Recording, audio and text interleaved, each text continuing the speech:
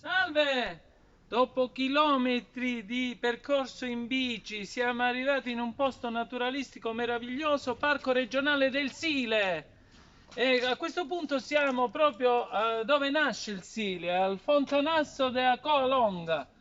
E praticamente qui, oltre ad avere un ambiente così naturalistico, abbiamo proprio il Fontanasso e dove riemerge il fiume.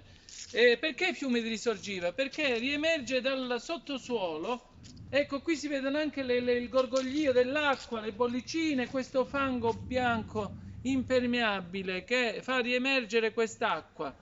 Praticamente il Sile è il fiume di risorgiva più lungo d'Europa e va a sfociare nell'Adriatico, in particolare nella zona di Jesolo e nel vecchio letto del Piave. Ciao, godetevi questo panorama stupendo.